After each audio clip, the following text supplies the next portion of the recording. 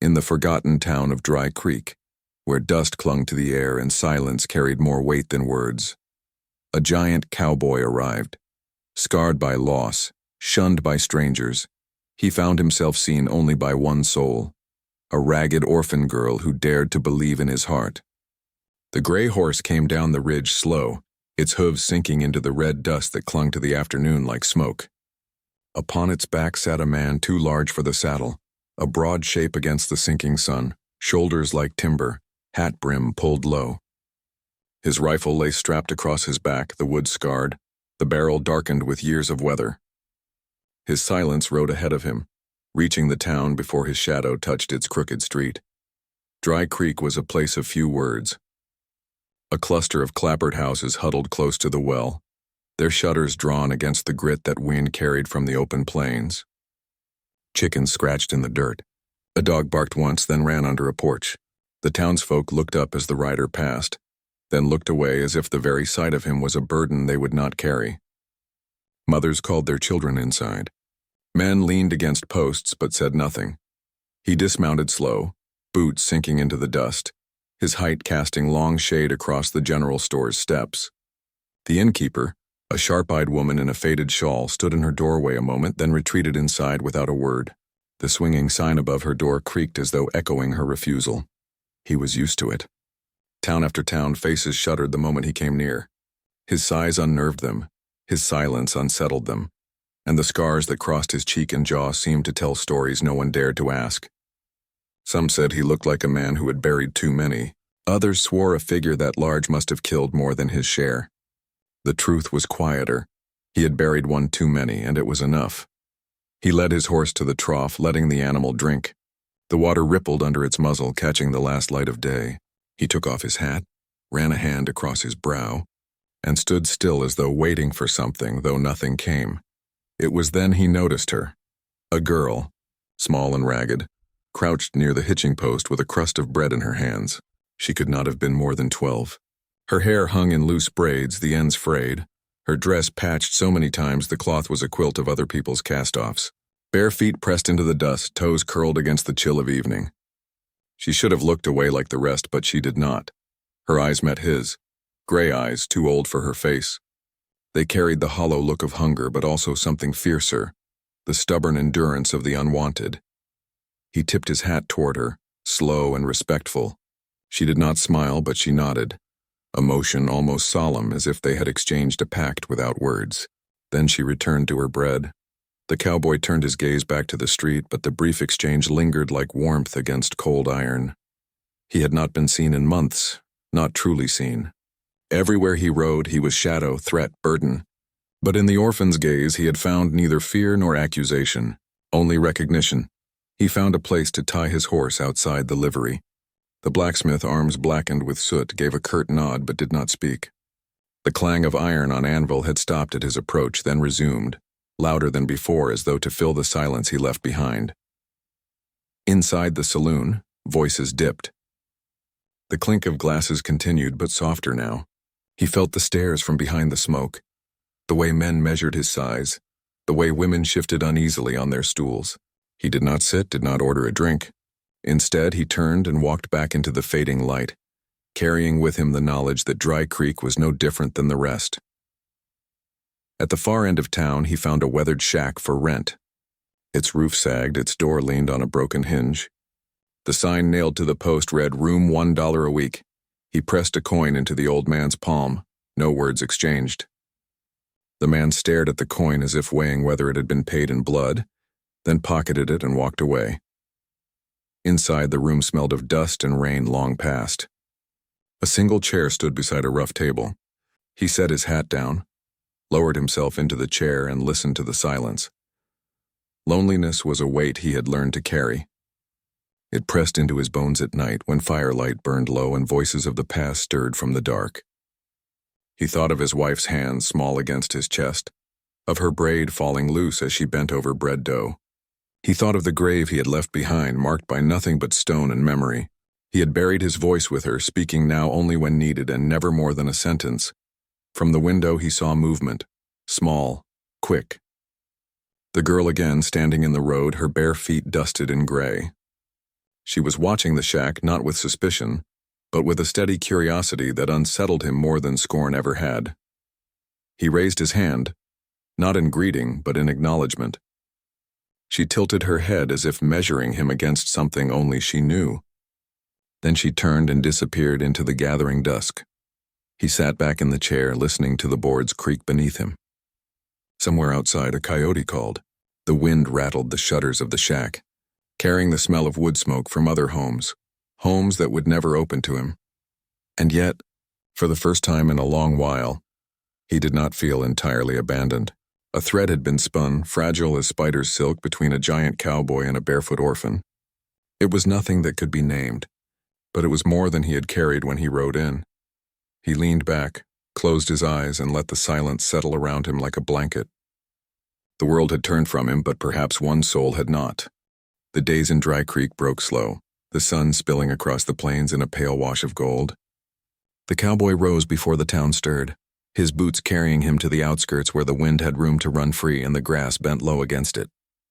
Out there, where the fences sagged and the posts leaned, a man could work without the weight of too many eyes. He set himself to labor. His hands, scarred and wide, gripped the hammer steady, driving nails through splintered wood. He replaced rails that had fallen in storms, lifted timber with a strength that startled even the horses grazing nearby. Those same hands had once held a rifle in battles he wished never to recall. Now they mended what was broken, and in that small act he sought a quiet redemption. Sweat rolled down his neck, catching dust until his skin looked carved from the earth itself. The rhythm of work was a balm, each strike of the hammer a heartbeat against silence. Yet with every breath, memory crept in. He saw her again, his wife, kneeling by the hearth, hair braided thick, the end brushing against her shoulder as she leaned forward. He heard her laughter, soft and unguarded, floating through the cabin they once called home. He remembered the day she pressed his hand against her swelling belly, hope glowing in her eyes like lantern light. And he remembered the night that light was snuffed out, leaving him in darkness that had never lifted. He worked harder when those thoughts came, pounding nails deeper, carrying heavier loads, as though sheer effort could bury grief. But labor was no grave, and ghosts are never laid to rest by sweat alone. When the sun dipped low and the sky turned to copper, the ache of memory returned stronger than the weariness in his muscles. It was during one such evening, as he leaned against a corral rail to wipe dust from his brow, that he noticed her again. The girl, the orphan. She had followed him, though always at a distance, watching from behind fence posts, slipping between mesquite bushes, appearing in the corner of his eye like a shadow that refused to leave. This time she approached. In her hand she carried a small tin cup, dented and blackened at the rim. Steam curled faintly from within. She held it out without a word, eyes lowered but steady. He took the cup, its heat surprising against his calloused palm. Coffee, thin, bitter but warm. He knew at once she had stolen it, likely scraped from the leavings at the saloon. Yet he drank it without reproach, tipping the cup toward her in solemn gratitude. The taste was harsh, but to him it was sweeter than anything he had swallowed in years. "Where'd you get this?" he asked, voice rough from disuse. She shrugged, her small shoulders lifting like wings too fragile for flight. "Didn't matter," she murmured. They stood in silence, the dusk gathering around them. The horses snorted softly, tails swatting at flies. Finally, her eyes lifted to his scars, those jagged lines across his cheek and jaw, maps of violence carved into flesh. "How'd you get 'em?" she asked. He stared past her into the gathering dark. His voice came low, steady. "By living." She waited, expecting more, but he said nothing further. After a long pause, he added, "Sometimes silence keeps a man alive. Best to remember that." She nodded as if she understood. In truth, she did. Her life had taught her the same lesson, that words could be dangerous, that keeping one's story hidden could mean the difference between a night with shelter and a night with none. He finished the coffee, handed the cup back to her. She took it carefully as though it were a precious thing. Then, without another word, she slipped away into the shadows, her small figure soon lost against the wide land. The cowboy remained by the fence long after she had gone, the taste of coffee still on his tongue, the echo of her question stirring old wounds he thought had calloused over. In town, whispers moved like smoke. A widow at the well shook her head. telling anyone who would listen that no good ever came from men who carried rifles across their backs. She had lost a husband to a bullet once, and in her eyes all gunmen bore the same guilt. A young rancher, jealous and brash, muttered that giants broke what they touched, whether fences, beasts, or people. He spat in the dust and swore he'd not trust a man who cast such a long shadow. The cowboy heard these words, though none were spoken to his face. He bore them as he bore the weight of his past with silence and bowed head. Their suspicion did not wound him. It was an old companion as familiar as the ache in his chest. He asked nothing of them, not even trust. But when he returned each evening to the shack, he found himself listening for the soft scrape of small feet outside. Sometimes she was there, sometimes not. When she was, he gave her what he could. A heel of bread, a piece of jerky, a blanket when nights grew cold. And in return she gave him her presence, a wordless company that eased the emptiness. He did not call it kindness, for the word felt too light. It was more than that. It was recognition. In the rhythm of labor, in the solitude of the plains, his memories still came. They still pierced him with the sharpness of a blade. But now, when he set down his tools at day's end, he found that the silence was no longer complete. Somewhere in that silence a small voice lingered, reminding him he was not the only soul carrying the burden of loss. And though work could not mend the soul, he began to see that perhaps kindness, even in the form of a stolen cup of coffee, could. The sky over Dry Creek darkened long before the sun set. Heavy clouds, swollen and black, gathered across the horizon like cavalry on the march. The air thickened, heavy with the smell of rain. The wind shifting sharp and restless. Folks hurried to shutter windows, to bring livestock under shelter, to prepare for a night of hammering storm. The cowboy was already home when the first drops fell. He sat at his table, oil lamp burning low. His rifle leaned against the wall. The silence pressed in, broken only by the sigh of the wind against the boards. Then came the thunder, low and rolling, and with it the downpour, rain striking roof and earth alike, turning the street into a rushing mire. Through the din, faint at first, he thought he heard something, an animal cry, or perhaps a child's. He rose, listening closer. There it was again, thin, sharp against the storm. Without hesitation, he shrugged into his coat, lifted his hat, and stepped out into the torrent. The rain struck like nails, soaking him to the bone in seconds. Mud pulled at his boots as he crossed the street, lantern light from the saloon flickering behind closed shutters. He followed the sound through the dark, past the livery, until he found the abandoned barn at the edge of town, its roof sagging, boards rattling loose. Inside, curled in a corner beneath a pile of damp hay, was the girl. Her dress clung to her skin, her braids plastered to her cheeks. She shivered violently, lips blue with cold. He stooped low, his shadow filling the barn. "Come on," he said, his voice steady but gentler than the storm. He pulled his coat wide and lifted her inside its fold. She resisted at first, out of pride perhaps, but the warmth of his chest and the steady beat of his heart soon quieted her shaking. He carried her back through the rain, his coat shielding her from the worst. The storm pelted him mercilessly, but he did not falter. By the time they reached his shack, water ran down his face in rivulets, dripping from the brim of his hat. Inside, he set her near the fire and stoked the flames until they leapt high, throwing long shadows across the rough boards. He laid his coat around her shoulders, then poured what coffee he had left into a tin cup. It was far too large for her hands, but she gripped it as though it were a lifeline, sipping slow, letting the heat spread through her. For a long while they said nothing. The storm raged outside, the wind howling through cracks in the walls. Lightning flared, illuminating the room, and thunder shook the roof as if the earth itself were splitting apart. Yet inside, the fire cast a glow both fragile and steady. The girl broke the silence first. Her voice was small but clear. "Were you always alone?" The question struck him harder than the thunder. He sat back, staring into the fire. His jaw worked, but no sound came at first. At last he spoke, words pulled like stones from deep water. "No.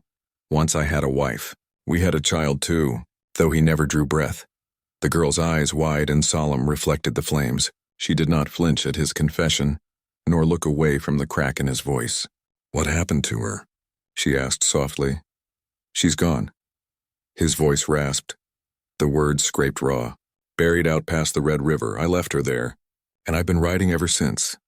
The fire snapped and popped. The cowboy bowed his head, but he did not weep. His grief was an old scar, cut deep enough that tears no longer came.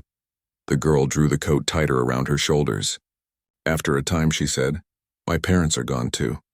We were crossing with a wagon train. There was fighting, bandits, maybe natives. I don't know. I was small.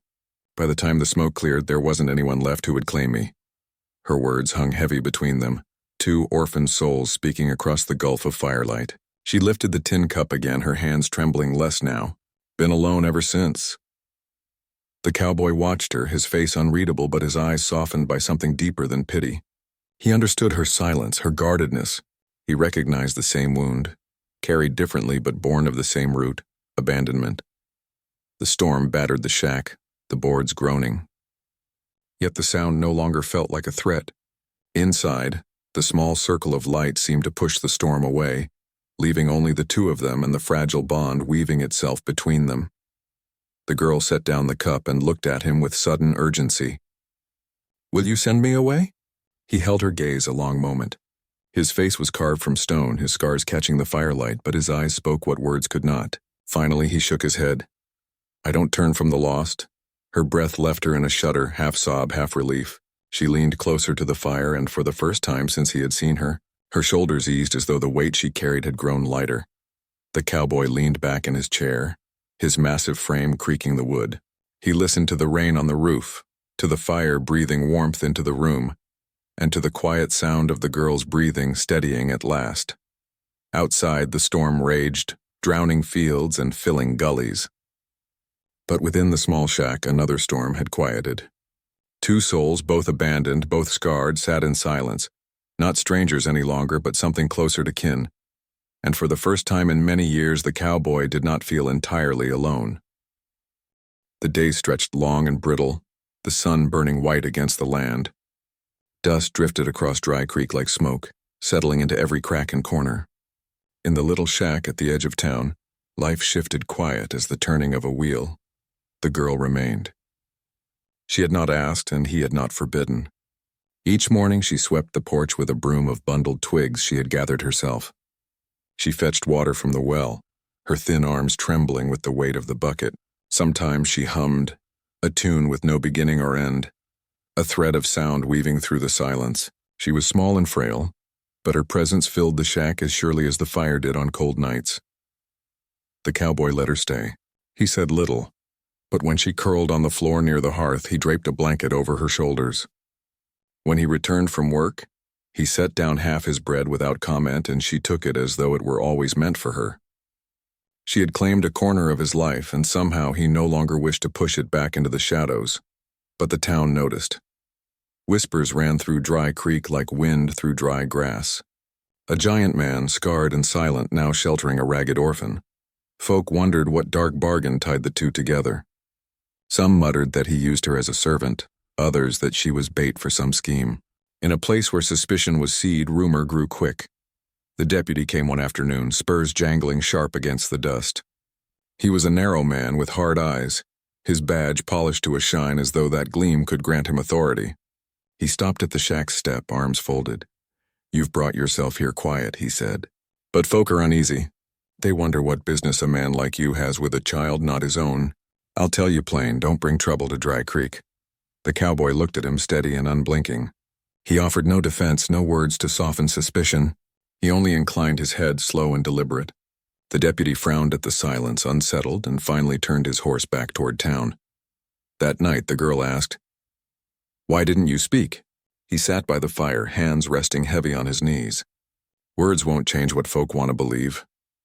She studied him, small face drawn in firelight. To her, his silence was not weakness but strength, a wall higher than any insult could climb. The test came soon after. They had gone to the general store at dusk, his broad shadow filling the doorway as he purchased flour and beans. The girl clung to his coat hem, wary of the stares that prickled her from every corner. Outside, a group of young settlers waited. Boys barely men, swaggering with the false courage of numbers. One stepped forward, grinning sharp. "Big fella," he jeered. "What do you feed on to grow that size? Orphans and scraps?" Laughter rippled among them. Another pointed at the girl. "Looks like you found yourself a pet. Careful she don't bite." Their words struck her like stones. She pressed closer to the cowboy's side, trembling, her fingers twisting in the rough fabric of his coat. He stood still as a post. His silence stretched long, heavier than the insults, heavier than the heat in the air. He looked at each of them in turn, his gaze steady as an iron weight. Not a word passed his lips, not a hand rose in defense, and yet the boys shifted. Their laughter faltered. Something in the sheer immovable calm of him unnerved them more than anger would have. After a moment too long, they muttered, spat in the dust, and slunk away into the gathering dark. The girl's small hand still gripped his coat when they were gone. She looked up at him, wide-eyed, and saw not just a giant man scarred by life, but a wall, a shield against the cruelties of the world. For the first time since she could remember, she felt safe standing in someone's shadow.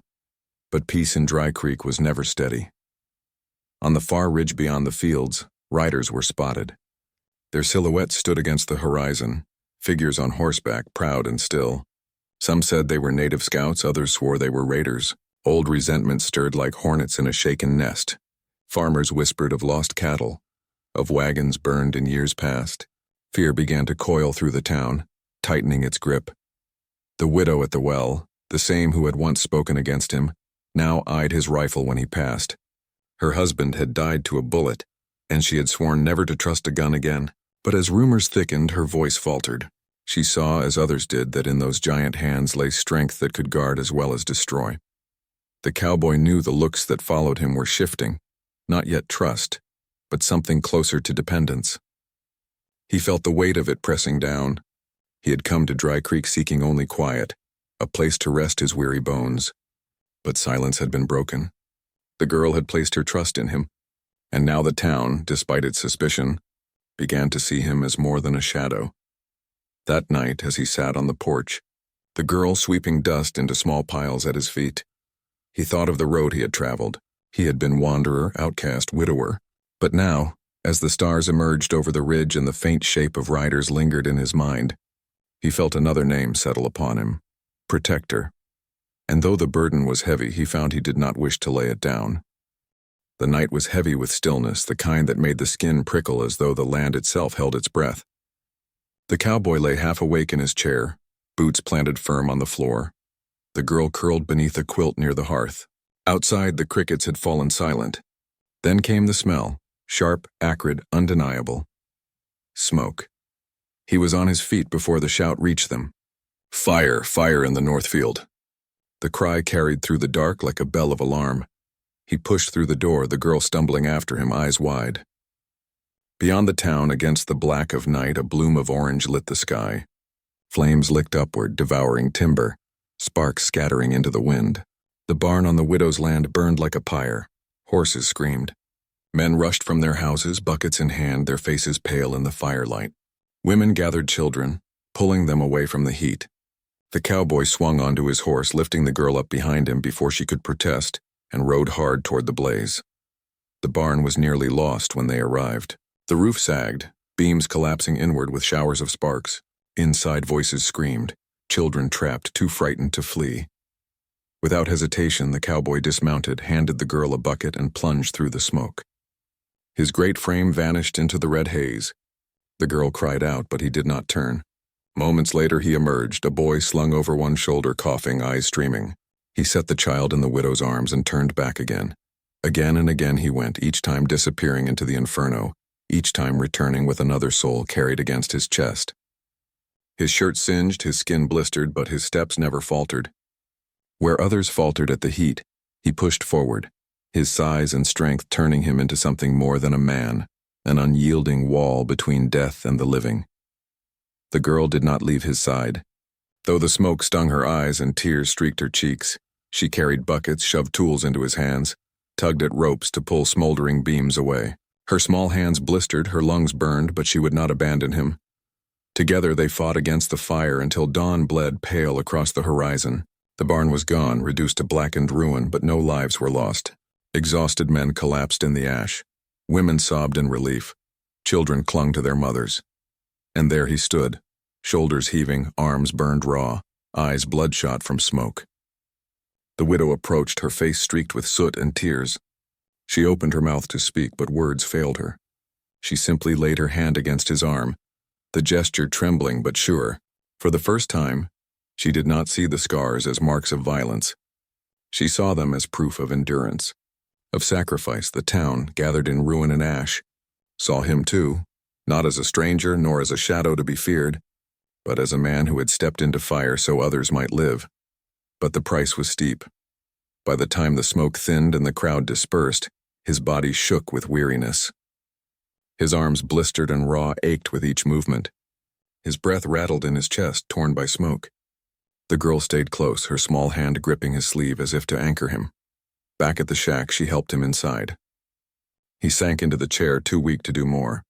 She lit a lamp, its glow soft against the wreck of his frame, and set about her work. With a cloth dipped in cool water, she pressed against his burns, her touch feather-light but steady. Each time he winced, she whispered, "Hold still."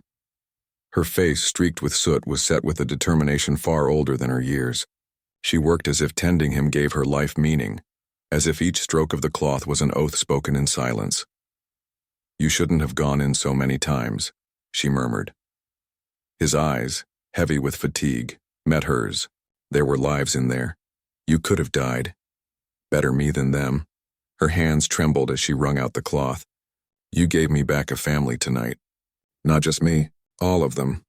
You gave it back." He looked at her then, truly looked, at the small braids frayed at their ends, at the soot that smudged her brow, at the fierce light in her eyes. And for the first time in years, something inside him loosened. His grief did not vanish. His wife's memory remained. The child he had lost still haunted him. But the weight shifted. He saw in the girl's gaze not pity, not replacement, but kinship. A bond forged in ash and fire. She laid a cool cloth against his scarred cheek, her small hand brushing his jaw with a tenderness he had thought buried forever. "You're my family now," she whispered. He closed his eyes. For the first time since he had left the grave by the Red River, he felt the faint warmth of belonging. Not the same as before, never the same, but something new, something hard-earned. Outside, the dawn rose, painting the sky with gold and crimson. The ruins of the barn smoldered, smoke curling upward like incense. Destruction had come, but from it life had been pulled back from the edge. And within the shack, where firelight flickered against scarred skin and a girl's hand held steady, the cowboy discovered a truth he had thought lost to him. Healing was not forgetting. It was learning that love, in its many forms, could return, different but no less real. The days after the fire passed in uneasy quiet. Dry Creek mended fences, buried livestock, and whispered thanks that no human lives were lost. Yet a shadow lingered on the horizon. Word carried of riders drifting near. Hungry men, outlaws without hearth or claim, prowling the edges of settlement like wolves in winter. The town braced itself. It came on a brittle morning, the air sharp with the smell of frost. Dust lifted along the ridge and a line of riders appeared, ragged coats hanging from their shoulders, rifles gleaming in the thin light. Their horses were gaunt, ribs showing, their eyes wild. The townsfolk scattered, children pulled inside, women shuttering windows. The cowboy stood in the street, his rifle resting across his arm, broad shoulders squared against the pale sky.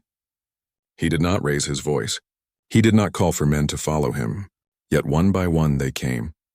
The blacksmith with his hammer, the widow clutching an old musket, young ranchers with shotguns trembling in their hands. The giant's calm drew them, steadied them, turned their fear into something firmer. From the loft of the shack, the orphan girl peered through a crack, a shawl around her narrow shoulders. It was the same shawl he had given her when storms chilled her bones, a scrap of warmth and courage. She clutched it now, knuckles white, her breath shallow as she watched him step forward to meet the riders. The outlaw leader called across the distance, his voice cracked with hunger. "We take what we need. Step aside and none'll be hurt." The cowboy did not answer. He only leveled his rifle, silent as stone, and in that silence the town found its answer too. The first shot cracked the stillness. Then the valley erupted in thunder. Dust leapt from the earth, smoke curled, horses screamed. The cowboy moved with grim precision, each shot measured, not wasted. He stood like a wall at the center of the street, his great frame steady while others darted and faltered around him.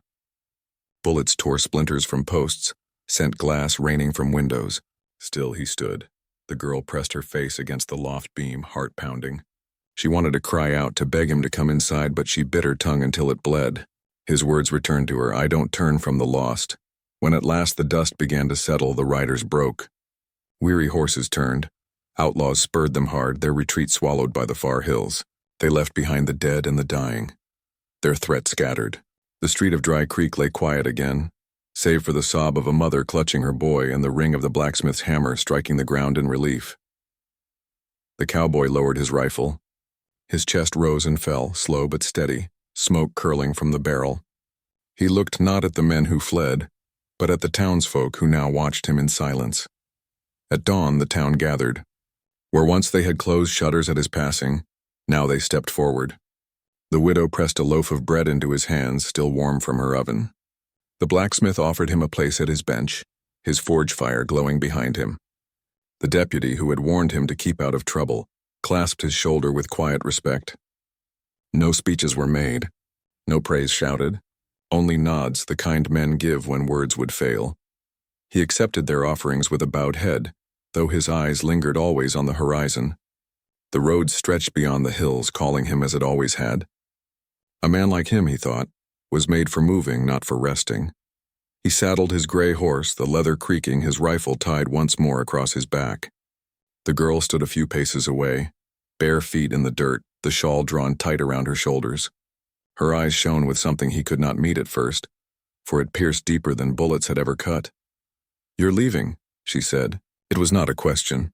He adjusted the stirrup, tested the reins. "It's better this way." Her small voice wavered but did not break. "Don't leave." The wind carried her words into the silence. He froze, one hand on the saddle horn. His gaze drifted out across the land, dust, rock, and sky stretching endless, the road that had always been his only home. Then slowly, as though the weight of her plea anchored him, he turned back. She stood with her chin lifted, shawl slipping from one thin shoulder, eyes unblinking. He saw in her not weakness but defiance, the same strength that had clung to him in firelight, the same loyalty that had walked beside him through ash and storm. The giant cowboy lowered his hand from the saddle. He stepped down, boots heavy on the earth. With quiet care, he tied the reins to the post. The gray horse snorted, shifting, but he did not mount again. Instead, he walked toward the shack, toward the girl who waited on its porch, her small frame braced against the fear that he might yet ride away. When he reached her, he tipped his hat, the gesture as solemn as a vow. The girl's shoulders eased, a breath escaping her she had not known she held. She reached for his hand, small fingers curling around his scarred knuckles. He let her hold it. Behind them, the town returned to its mending. Ahead of them, the road still waited. But for now, the giant cowboy had found a place where the silence did not crush him, where scars were not the sum of his worth. Belonging had not come in the roar of guns or the blaze of fire. It came in a quiet voice asking him to stay and the choice he made to listen. Even giants, he understood at last, could be seen, healed, and loved, if only one soul dared to believe in them.